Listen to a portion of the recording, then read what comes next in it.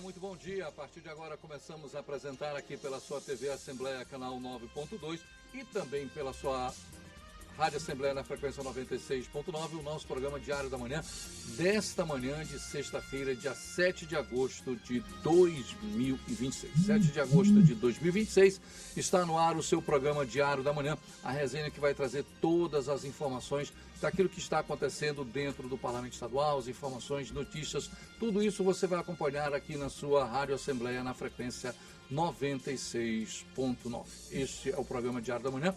Eu sou Henrique Pereira e vou estar apresentando com você e trazendo todas as informações. Dando prosseguimento ao nosso programa Diário da Manhã, para saber como é que é os 20 anos em comemoração à Lei Maria da Penha.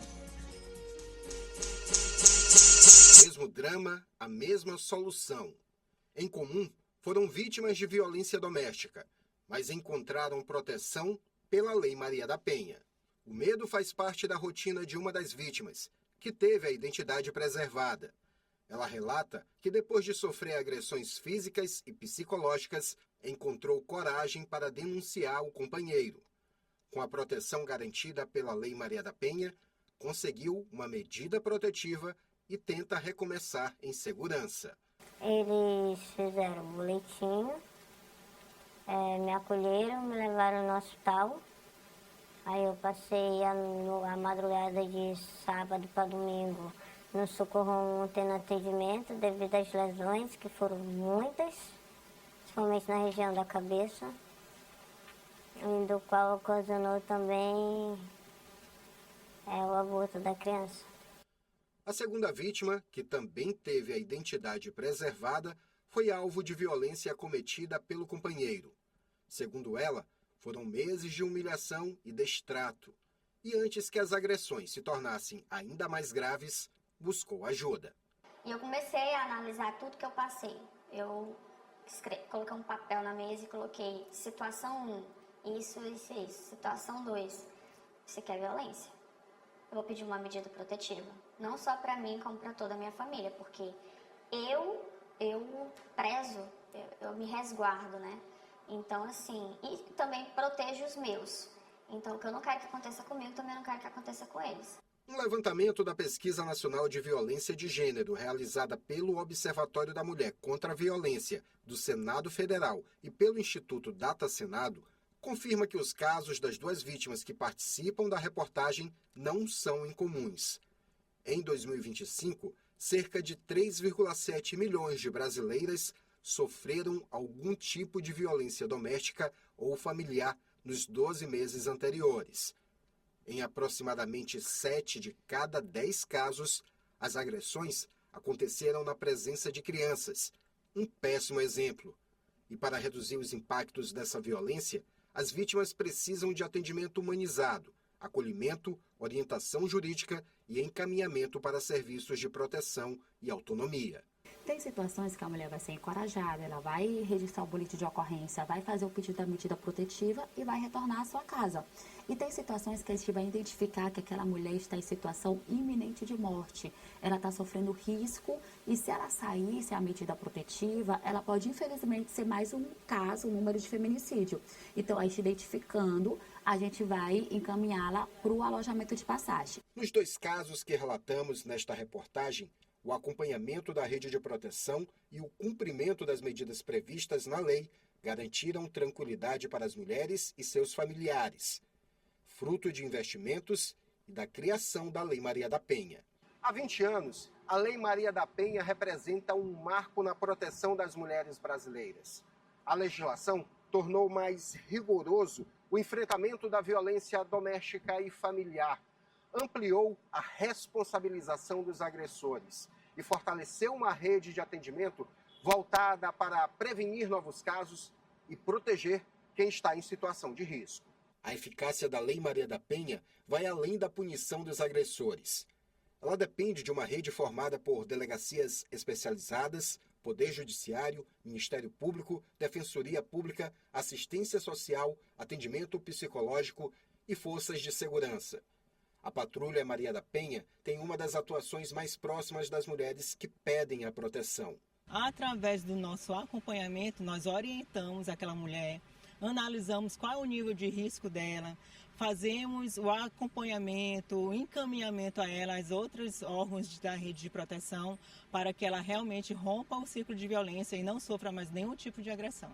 Mais do que punir, a lei busca interromper o ciclo da violência antes que ele provoque consequências ainda mais graves. Resultados, ora positivos, ora negativos, mas a gente está crescendo, a gente avança.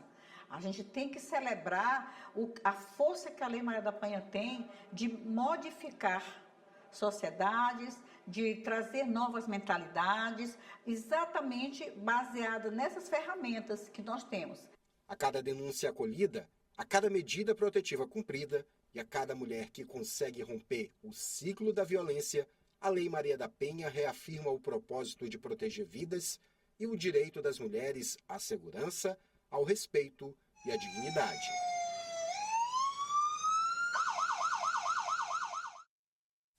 "20 anos de conquista, 20 anos de que as mulheres tiveram seus direitos garantidos, 20 anos em que começou a dar os primeiros passos nessa evolução. Muito ainda precisa ser feito, mas com certeza esses últimos 20 anos muita história mudou, muitas coisas aconteceram e os números são uma prova maior de tudo isso. Então o resultado está acontecendo. Vamos dar prosseguimento ao nosso programa Diário da Manhã e vamos à nossa entrevista do dia. Entrevista. Já se encontra aqui nos estúdios da TV Assembleia, canal 9.2, Rádio Assembleia na frequência 96.9, a farmacêutica Eudmar Mourão, da Secretaria de Estado da Saúde. E nós vamos tratar de um assunto que ele é corriqueiro, mas muitas pessoas não sabem, que é a hepatite viral, as hepatites. E a gente já está aqui. Dona Eudmar, muito obrigado por ter aceito o nosso convite, um bom dia. Bora, pedagogicamente, o que é uma hepatite? A hepatite virais é uma infecção transmitida por vírus. Então, são 5 tipos de vírus mais conhecidos, que é o vírus A, tipo B, C, D e E. Os que mais a gente trabalha dentro do departamento, porque é umas ISTs, que é uma hepatite B e C. As outras hepatites, elas também são trabalhadas, mas dentro do nosso departamento a gente trabalha mais com as infecções as sexualmente transmissíveis. Bom, aí o detalhe, a gente tem 5 tipos de hepatite, como é que se consegue contrair, como é que se pega, já porque é um vírus, e aí a gente já tem que ficar preocupado, como é que é esse contágio da hepatite? Cada um tem sua forma de transmissão.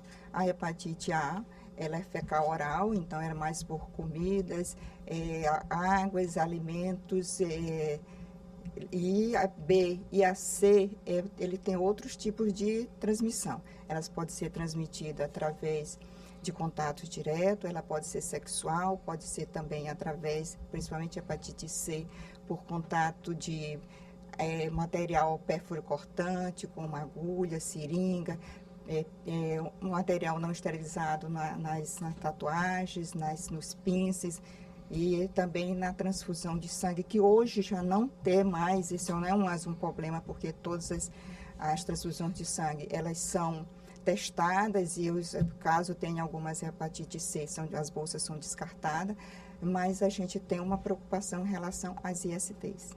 Bom, aí vem um detalhe principal.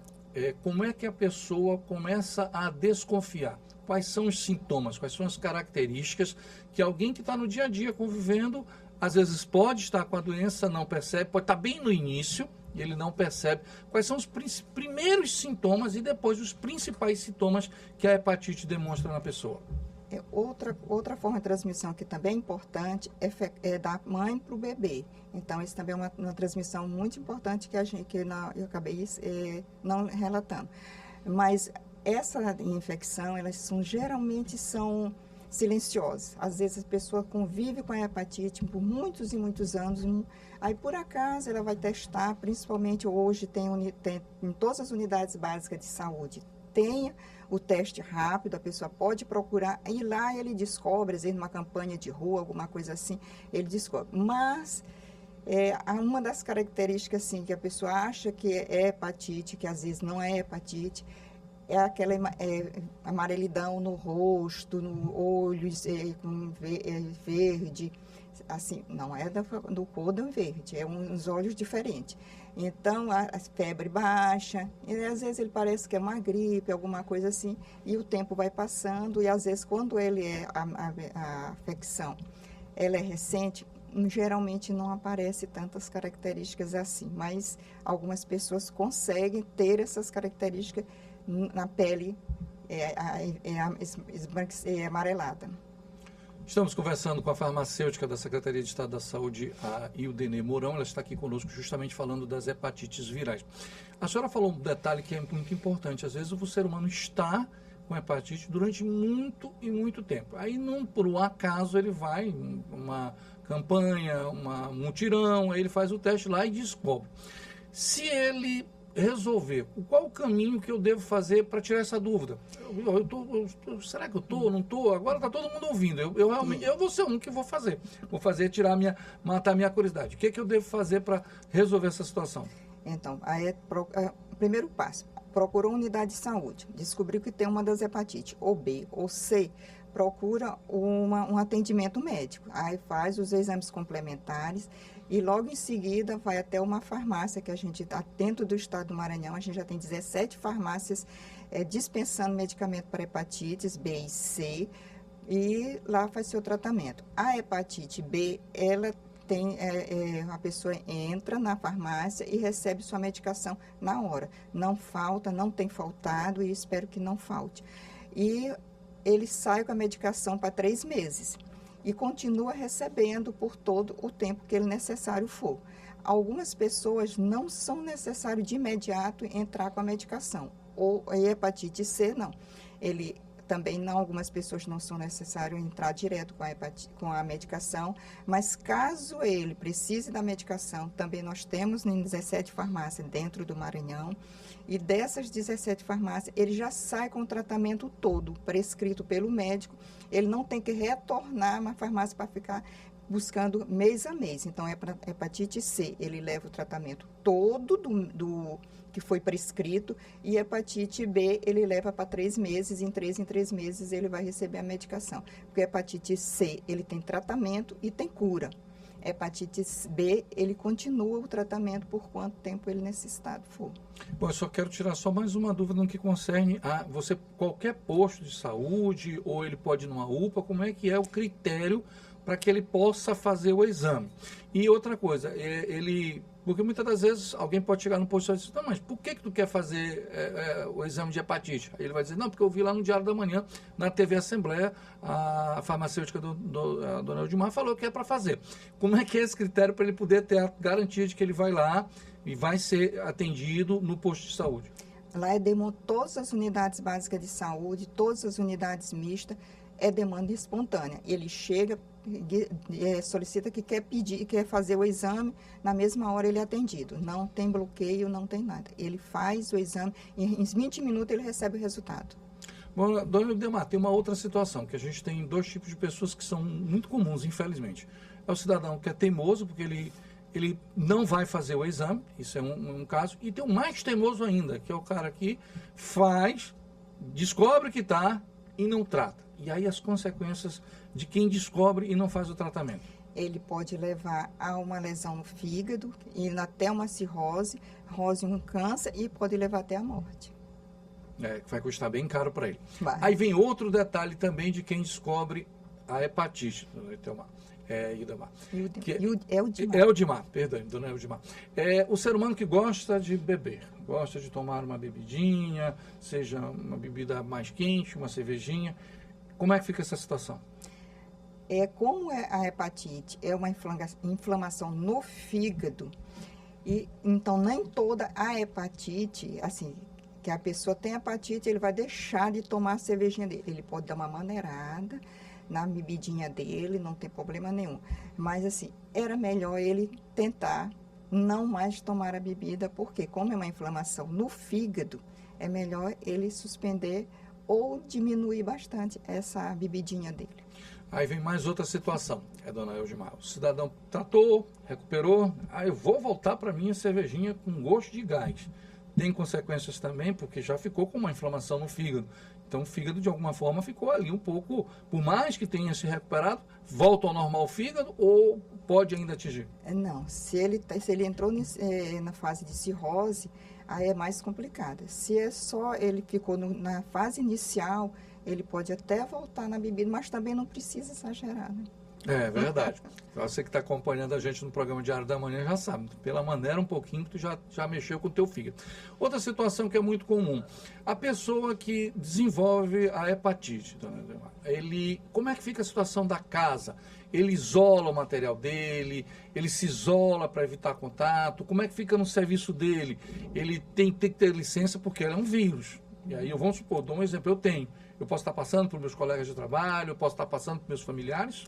Não, o vírus, ele tem, como eu falei, ele tem as formas de transmissão.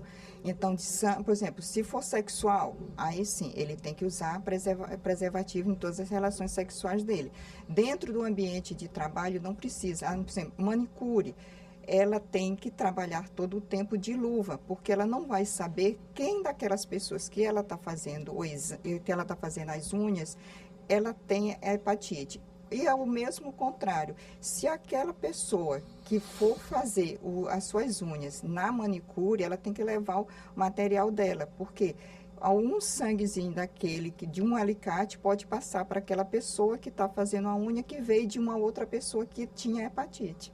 Eu não vou generalizar, mas é uma coisa que me chama muita atenção. Nas poucas vezes que eu fui em salão, mais de mulheres que eu vejo unha, eu vejo muitas das vezes ela usando os próprios alicates de unhas delas. A senhora recomendaria que a mulher que fosse, ela levasse o seu, pessoal, individual, que não há possibilidade de ter outras? É um conselho que a senhora daria? Todos. Então, tanto faz homem, porque hoje os homens também fazem unhas. Sim. Então, todo mundo que vai ao salão de beleza, que queira fazer suas unhas, tanto as unhas, pés, mão, ele tem que ter o seu material, não só o alicate, mas também aquele empurrador de cutícula, aquele material que compõe o kit, escovinha, tudinho é melhor. Isso. Então tá aí, pessoal que já sabe, isso aqui fica uma dica, tá? Se você for para salão, seja homem ou mulher, tem muitos homens que gostam realmente. Tá? Quem for fazer tatuagem, tem que olhar onde está fazendo essas tatuagens, porque também é uma fonte de contaminação em material de perfuro cortante ali, que fura, que transmite através do sangue. Esse detalhe da tatuagem que a senhora está colocando, ele é fundamental, porque às vezes o cara diz assim, mas eu tenho um estúdio ali, ele é tanto, mas eu encontrei ali pela metade do valor. Eu vou procurar esse outro pela metade do valor, mas aí você não percebe higiene. E aí, como é que a pessoa deve se comportar? Deve evitar? Se afasta, porque é uma forma de contaminação grande em termos de sangue ali nos tatuagens, sim. Sem dúvida nenhuma. E mais uma vez, quem porventura sentir, perceber que pode estar com algum problema, o melhor caminho é procurar um posto de saúde para fazer o teste, fez o teste, deu, procurar fazer logo todo o tratamento para não ter problema, né? Isso, vamos iniciar o mais breve possível, porque a gente tem que lembrar, hepatite B, a gente tem que lembrar da vacina. Então, todo mundo, hoje a vacina está para todo mundo, ao nascer, até quantos anos a pessoa tiver, se viver até 200 anos, ele pode tomar vacina. Então, vacinar. Pessoas vacinadas contra hepatite B ou hepatite A, ele não vai ter o vírus. E se ele for vacinado contra hepatite B, ele já ganha uma outra de presente imunizada, que é a hepatite D, porque a gente só tem a hepatite D se tiver B. Então, se ele for vacinado contra a hepatite B, ele não vai ter B nem D. Agora, a hepatite C, a gente ainda não tem vacina, mas tem tratamento e tem cura. Mas a hepatite C, além dele não ter, ele tem tratamento e tem cura, mas ele não te dá imunidade. Quer dizer, se a pessoa entrar em contato de novo com outra pessoa que tem hepatite C, ele vai se infectar de novo. Maravilha. Só mais um detalhe. Parece absurdo, mas se você não cuidar, a hepatite pode te levar à morte. Sim. São raríssimos casos, eu não me recordo, mas se você não fizer, né, pode ter dor de cabeça. Isso. Então, todas as hepatites, eles podem levar à morte em si. Tá ok, dona Edilmar. Obrigado pela sua participação aqui conosco. Obrigado, bom dia. Eu que agradeço. Bom, o detalhe fundamental. Desconfiou de algo, procure um posto de saúde. Não tenha medo. Ah, Henrique, mas eu vou chegar lá sem ninguém saber. Não, eles têm todo um preparo, eles sabem que tem. Faça os testes, descobriu, tome toda a medicação necessária, faça o tratamento com responsabilidade e a hora que o médico disser está curado, ótimo, e depois só retorne periodicamente, depois de um período de 6 meses, 7 meses, para saber se está tudo na tranquilidade. Vai para salão, leva o que é teu, vai fazer tatuagem, procura um local que vai fazer tatuagem com qualidade. Então, todos esses cuidados são necessários para que você não venha a ter nenhum problema no que concerne a hepatite. É muito melhor prevenir, evitar e viver com saúde. E também dá uma maneirada na cervejinha, não faz mal para ninguém. Bora saber uma sessão solene que aconteceu ontem no Parlamento Estadual. A sessão solene foi proposta pelo deputado estadual Wellington do Curso para homenagear os 8 anos de fundação da Academia Maranhense de Ciências, Letras e Artes Militares, a ANCLAM. Durante a cerimônia, o deputado também foi condecorado pela academia. Uma justa homenagem aprovada de forma unânime pela Assembleia Legislativa do Estado do Maranhão.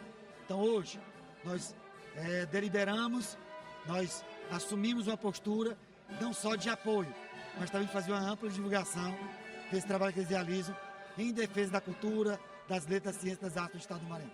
A ANCLAM é uma instituição cultural e associativa brasileira com sede no Maranhão que tem como finalidade congregar expoentes da literatura, das artes, das ciências e da cultura em geral, buscando a valorização e a preservação da memória, da história e da produção intelectual do meio militar e da sociedade em geral. A ANCLAM, que é uma academia literária, científica e artística, ela é integrada por membros da Polícia Militar, do Corpo de Bombeiros Militar, da Magistratura, do Ministério Público, das universidades estaduais, se sente lisonjeada por este reconhecimento público. Durante a solenidade, aconteceu a cerimônia de ingresso dos novos membros da academia. Estou muito feliz porque a gente sabe que participar de uma academia de letras, ciências e artes é um sonho de muitos poetas, né? E eu, como poeta desde a infância, né, vislumbrava isso na minha maturidade. E graças a Deus, Deus está me permitindo fazer parte, né, da ANCLAM. E a oportunidade surge porque já são quase 20 anos nesse vínculo. Fundada e integrada por escritores, poetas, historiadores, pesquisadores, artistas, hoje a ANCLAM é formada por militares do Maranhão, por profissionais da magistratura federal e estadual, do Ministério Público e de universidades. Completamos agora 8 anos, eu sou membro da academia, não sou fundador, mas sou efetivo. E também aqui nesse momento eu represento o Ministério Público do Estado do Maranhão, o nosso procurador-geral. E o Ministério Público, ele se sente honrado pelo convite de participar deste evento, porque é mais uma forma de a gente verificar a importância que tem a ANCLAM, a Academia para a Sociedade. A Rádio Assembleia e a TV Assembleia já teve a oportunidade de conversar com o Coronel Carlos Augusto, aqui nos nossos programas, justamente falando sobre a ANCLAM. E, logicamente, é importante destacar que a Assembleia Legislativa tem este papel de homenagear e reconhecer todo aquele trabalho que é feito com seriedade. Vamos dar prosseguimento ao nosso programa. Bora falar sobre o tempo e a temperatura com a repórter Camila Rodrigues.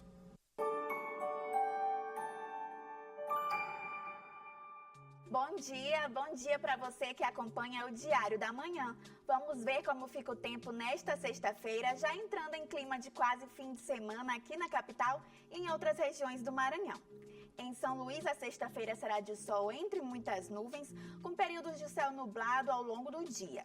À noite, a nebulosidade diminui e o tempo permanece firme, sem previsão de chuva. As temperaturas ficam entre 26 e 31 graus.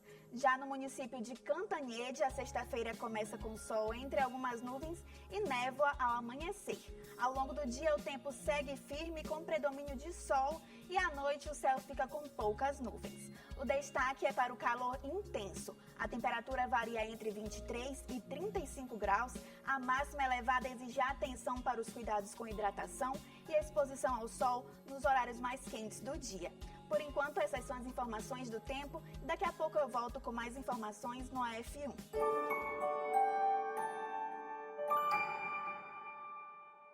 Agradecendo a nossa repórter Camila Rodrigues, que trouxe mais uma vez as informações sobre o tempo e a temperatura. Mais uma vez, fique preparado, porque as altas temperaturas estão aí chegando, esse período aí de agosto e setembro. Você utilizar roupas leves, se tiver que pegar sol, utilizar protetor solar, esse tipo de situações, porque a partir de agora o sol vai brilhar para todo mundo. Vamos finalizar o nosso programa Diário da Manhã, desta manhã de sexta-feira, dia 7 de agosto de 2026, agradecendo a todos que ficaram conosco. Nós encerramos aqui pela TV Assembleia e continuamos na Rádio Assembleia, na frequência 96.9. A todos que ficaram conosco, nosso muito obrigado, um beijo, um abraço. Tchau, Brasil.